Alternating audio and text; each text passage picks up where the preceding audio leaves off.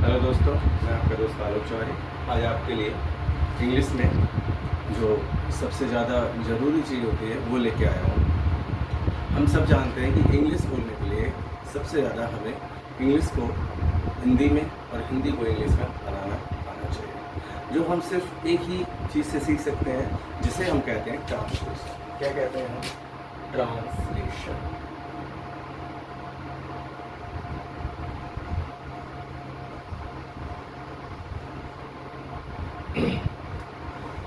ये ट्रांसलेशन है, ठीक है। ट्रांसलेशन का मतलब होता है अनुवाद। अनुवाद मतलब किसी एक भाषा का दूसरी भाषा में अनुवाद करना ट्रांसलेशन कहलाता है, ठीक है। जैसे मान लीजिए ये लिख दिया मैंने गो। ये क्या? ये एक इंग्लिश वर्ड है, ठीक। अब अगर हमें इसका हिंदी वर्ड चाहिए, क्या चाहिए? हिंदी वर्ड। तो हमें इसे ट्रांसलेट करना होगा। तो गो का जो हिंदी वर्ड होता है वो होता है जाना। सेम इसी तरीके से मान लीजिए अगर हम लिखते हैं यहाँ पे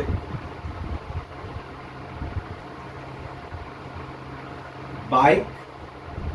अब बाइक आजकल वैसे हर कोई जानता है, लेकिन बाइक एक इंग्लिश वर्ड है। लेकिन अगर हम बाइक का हिंदी वर्ड ढूंढे तो हमारा को क्या होता है?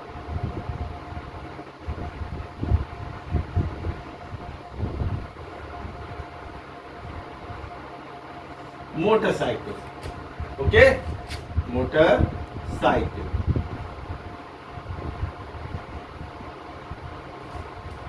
इसी तरीके से और है, जैसे अगर हम कहें कि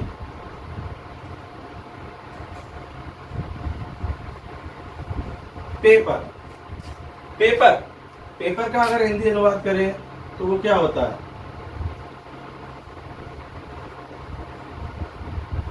कागज, ठीक है। तो हमें जो है हमेशा हिंदी से इंग्लिश सीखने की कोशिश करनी चाहिए, ना कि इंग्लिश से हिंदी की। हम मोस्टली क्या करते हैं, जैसे कि मैंने भी अभी यही किया है कि पहले इंग्लिश के वर्ड लिख के फिर उनकी हिंदी ढूंढी। लेकिन क्या ये पॉसिबल है कि इंग्लिश के वर्ड लिख के हम हिंदी ढूंढें? आप मुझे ये बताइए। हम सब हिंदुस्तानी हैं, भारतीय हैं। हम लोगों की जो मेन भाषा है वो है हिंदी। हम हिंदी में तो सारी चीज़ें जानते हैं, लेकिन इंग्लिश में सारी चीज़ें नहीं जानते हैं। तो हम उल्टा सीखेंगे, अपनी भाषा से दूसरी भाषा में कन्वर्ट करेंगे, ना कि दूसरी भाषा को अपनी भाषा में कन्वर्ट करेंगे। हम लोगों को समस्या यहीं पे आती है कि हम लोग क्या करते हैं, अपनी भाषा को दूसरी भाषा में कन्वर्ट ना करके दूसरे की भाषा को अपनी भाषा में कन्वर्ट करते हैं, जिसकी वजह से अलग अलग जो है अंतर देती हुई मीनिंग्स निकलती है। तो कैसे करेंगे मैं बताता हूं।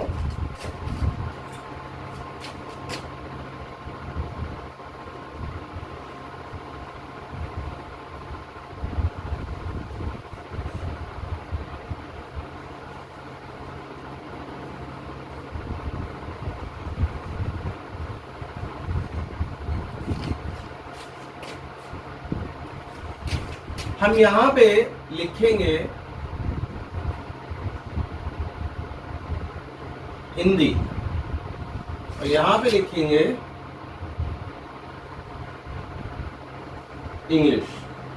मतलब अब हमें क्या करना है, हमें जो चीजें हैं वो हिंदी में पता होंगी और हमें इंग्लिश में उनको ढूंढना है। चलिए शुरुआत करते हैं हम कुछ घर की डोमेस्टिक चीजों से। जैसे मान लीजिए हमारा घर। घर घर को हम क्या कहते हैं इंग्लिश में? होम। मकान। मकान को हम क्या कहते हैं? हाउस। इसी तरीके से हमारे घर में जो होती है एक खिड़की, खिड़की को हम क्या कहते हैं?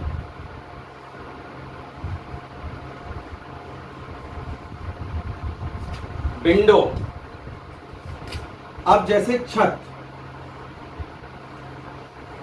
छत,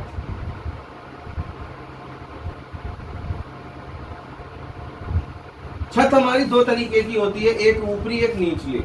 हम यहाँ पे ऊपरी की बात कर रहे हैं जिस पर हम खड़े होते हैं, ठीक है? तो इस छत को हम क्या बोलते हैं? रूफ। अब हम दूसरी बात करें छत की, छत जो निचली यानी नीचे का हिस्सा होता है उसको हम बोलते हैं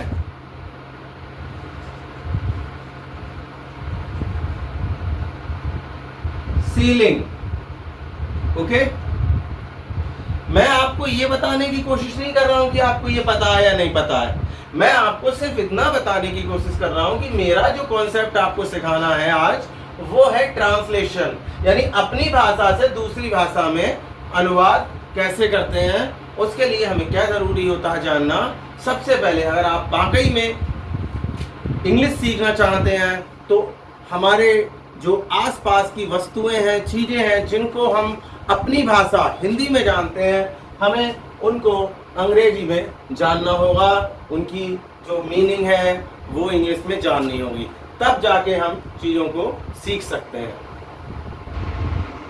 तो आपको मैं ये तो बता चुका हूँ कि हम हिंदी भाषा को अंग्रेजी भाषा में कन्वर्ट करेंगे, मगर सबसे पहले तो बात यही है कि आप लोगों को जितनी भी आसपास की वस्तुएं हैं उन सब के नाम अंग्रेजी में जानना है, क्योंकि मैं एक छोटी सी वीडियो में आपको नहीं बता सकता। एक मैंने आपको तरीका बता दिया, और एक शिक्षक का काम भी यही होता है कि अपने विद्यार्थियों को, अपने स्टूडेंट्स को वो तरीका बता दे और उस तरीके को फॉलो करके स्टूडेंट्स आगे बढ़ें।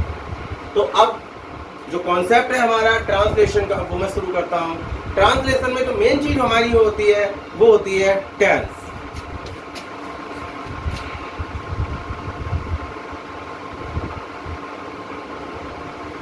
टेंस क्या होता है? टेंस का मतलब होता है काल, समय, ठीक है?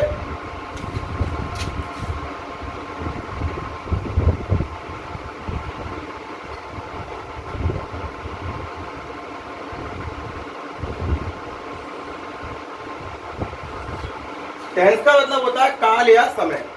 काल या समय मतलब जो समय हमारा चल रहा होता है। आप सब लोग जानते हैं समय कभी नहीं रुकता है। जो आज है वो कल जाके पास्ट बन जाएगा, और जो कल है वो कल पहुंच के प्रेजेंट बन जाएगा, और कल आने वाला हमेशा फ्यूचर रहता है, ठीक है? तो हमारा जो समय है वो 3 टाइप्स का होता है। कितने टाइप्स का होता है? 3। और हम टाइप्स की बात करें, काइंड्स ऑफ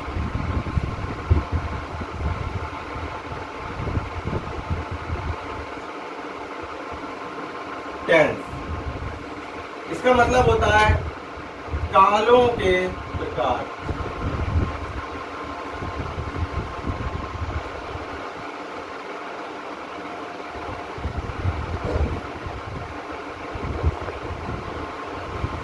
देखिए, आप ये सोच रहे हो मैंने यहाँ टेंसेस क्यों नहीं लिखा जब यहाँ कालों लिखा है। हिंदी में बोलने पे कालों ही बोला जाएगा, लेकिन इंग्लिश में टेंस ही रहेगा। ये टेंस, काइंड्स ऑफ टेंस, ठीक है? तो कालों के प्रकार, ठीक है? अब हमारे जो कितने प्रकार के होते हैं? नंबर 1 प्रेजेंट टेंस, इसको हम हिंदी में बोलते हैं वर्तमान काल, ठीक? सेकंड हमारा होता है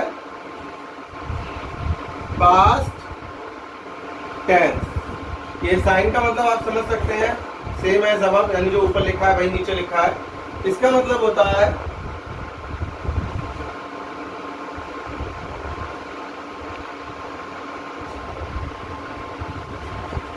भूतकाल। थर्ड हमारा होता है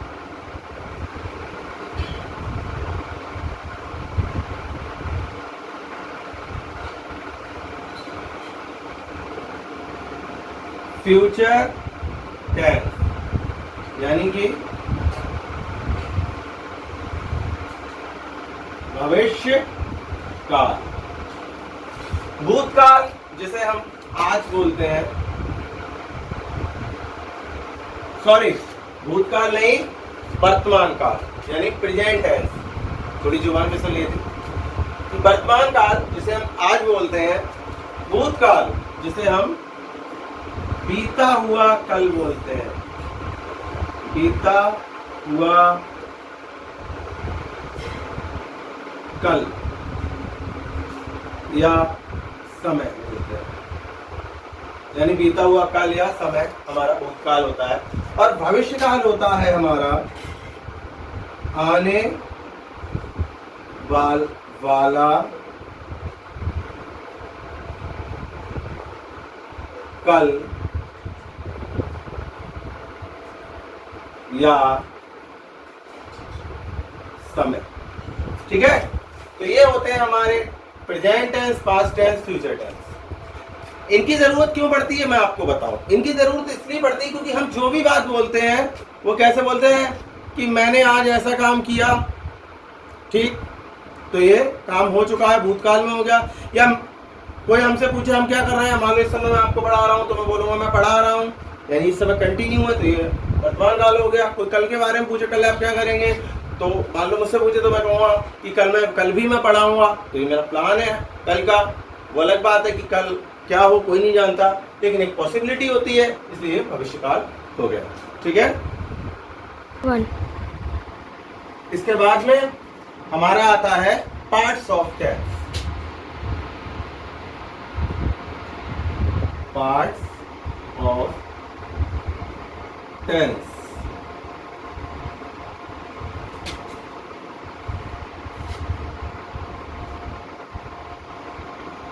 कालों के भाग। पार्ट्स ऑफ टेंस को हम कहते हैं कालों के भाग, यानी हमारे प्रकार के जो होते हैं 3, लेकिन इनके भाग भी होते हैं, और वो होते हैं हमारे 4। फर्स्ट है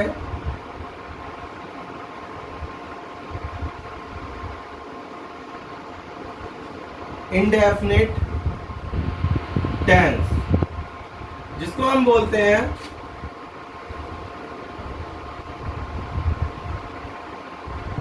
अनिश्चित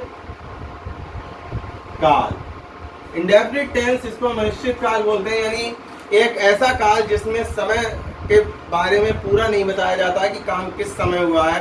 ये प्रेजेंट का भी हो सकता है, ये पास्ट का भी, ये फ्यूचर का भी। ठीक है, प्रेजेंट का होते हुए भी नहीं पता चलता है किस समय हुआ है, पास्ट का होते हुए भी पता नहीं चलता है किस समय हुआ है, और फ्यूचर का होते हुए भी नहीं पता चलता है किस समय हुआ है। ठीक है, दूसरा हमारा आता है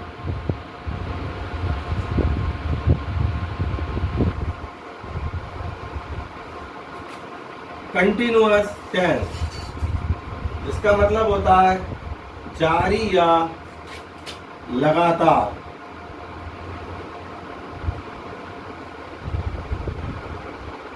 काल,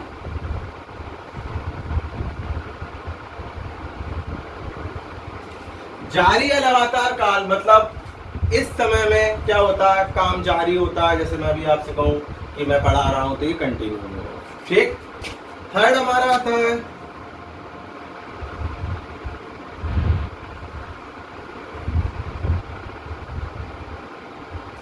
परफेक्ट टेंस, जिसका मतलब होता है पूर्ण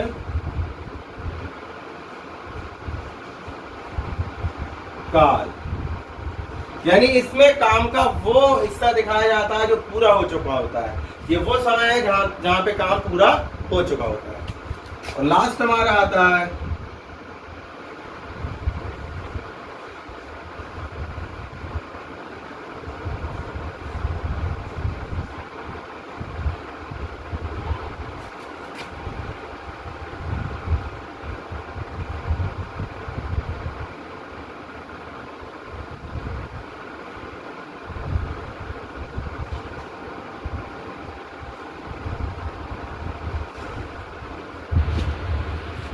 परफेक्ट कंटिन्यूअस टेंस, पूर्ण जारी काल। इसमें क्या होता है, दोनों बातें होती हैं। काम कुछ हद तक पूरा भी हो चुका होता है और कुछ हद तक अभी जारी है। ठीक है, तो ये हमारे 4 पार्ट्स ऑफ टेंस हो गए, indefinite tense, continuous tense, perfect tense and perfect continuous tense. अब हम जो हमारे काइंड्स ऑफ टेंस हैं उनमें पार्ट्स ऑफ टेंस को जोड़ेंगे, क्योंकि जब तक हम उनको उनमें जोड़ेंगे नहीं हमारे जो हैं टेंसेस आगे बढ़ेंगे नहीं। तो हमारा पहला काइंड्स ऑफ टेंस है वो है प्रेजेंट टेंस। तो इसमें हम जोड़ेंगे किस तरीके से, नंबर 1 हमारे ये 4 होते हैं तो हम ऐसे लिख लेंगे 1 2 3 4। मैं आपको जोड़ने का तरीका बता रहा हूँ।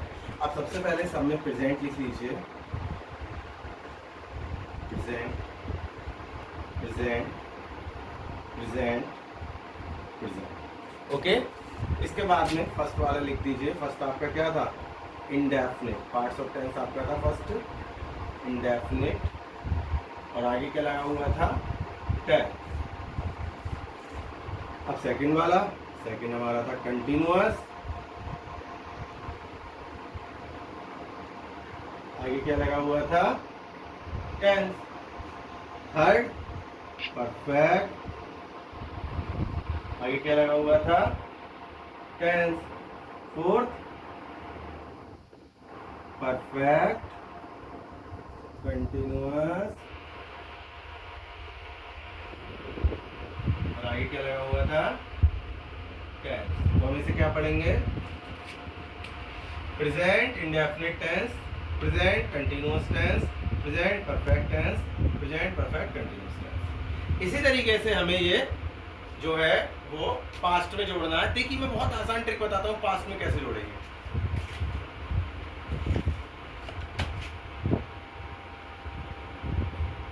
देखिए पास्ट में जोड़ने के लिए हमें कुछ नहीं करना है, हमें सिंपली यहाँ पे लिख देना है पास्ट। और जब यहाँ पास्ट है तो हमें यहाँ पे भी पास्ट करना होगा।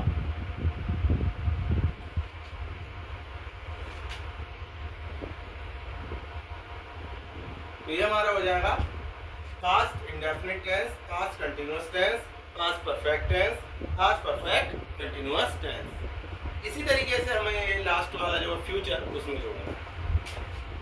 तो हम दोनों जगह से पास्ट को इरेज कर देंगे। ये सिर्फ आप बोर्ड पे कर सकते हैं, कॉपी पे नहीं। कॉपी पे आपको पूरा ही लिखना होगा शुरू से हर बार। फ्यूचर फ्यूचर, तो हमारा हो गया फ्यूचर टेंस। तो ये future indefinite tense, future continuous tense, future perfect tense, future perfect continuous tense. I hope आपको ये समझ में आ गया होगा। इससे आगे जो हमारा जो वीडियो आएगा वो आएगा हमारा पहला टॉपिक जो है प्रेजेंट इंडेफिनिट टेंस, उस पर। तो नेक्स्ट वीडियो आपको जो है बहुत जल्दी मिलेगी। तब तक आप इस वीडियो को देखिए। कुछ पूछना है तो कमेंट सेक्शन में जाके पूछिए। वीडियो को लाइक कीजिए और चैनल को सब्सक्राइब कीजिए। Thank you.